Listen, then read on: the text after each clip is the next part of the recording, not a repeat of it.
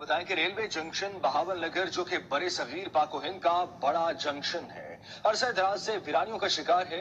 Rail बंद है। Railway junction की इमारत खंडरात का मंजर पेश कर रही है। सैकड़ों एकड़ जमीन पर नाजायज काबिजीन ने कब्जा किया हुआ है। मुलाजिमीन बैठे बिठाए तनख्वाहें ले रहे हैं। इस हवाले से जानते हैं हमारे नुमाइंदे सैयद लुत्फुल हसन गिलानी से। लुत्फुल हसन, बताइएगा कि क्या कोई हुकूमत इस हवाले से प्लान रखती है, क्योंकि अब नए वजीर रेलवे आ गए हैं शेख रशीद, क्या इस रेलवे स्टेशन को बहाल किया जाएगा, बेहतर किया जाएगा?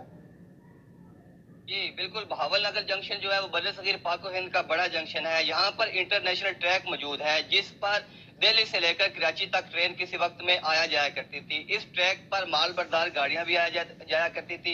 ये एक इंटरनेशनल ट्रैक है और बड़े सगीर पाको हिंद का बड़ा जंक्शन है। लेकिन शूमी किस्मत, आज ये जंक्शन जो है ये वीरानी का शिकार है। इसकी इमारत जो है वो खंडरात का हिस्सा बनती जा रही है। यहाँ पर लोहा जो पटरियों की सूरत में मौजूद था वो चोरी हो गया है। ट्रेन जो है वो अरसा तकरीबन 12 साल से बंद है।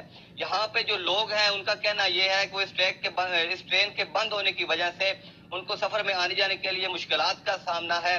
अब नई हुकूमत से इन लोगों ने बहुत सारी उम्मीदें लगाई थी कि जो रेलवे ममलिकत है वो इस ट्रैक को बहाल करेगी या पीटीआई हुकूमत है वो इसको बहाल करेगी, लेकिन अभी तक उनकी उम्मीदें जो हैं वो वैसे की वैसी हैं। अभी तक इस ट्रैक को बहाल नहीं किया गया।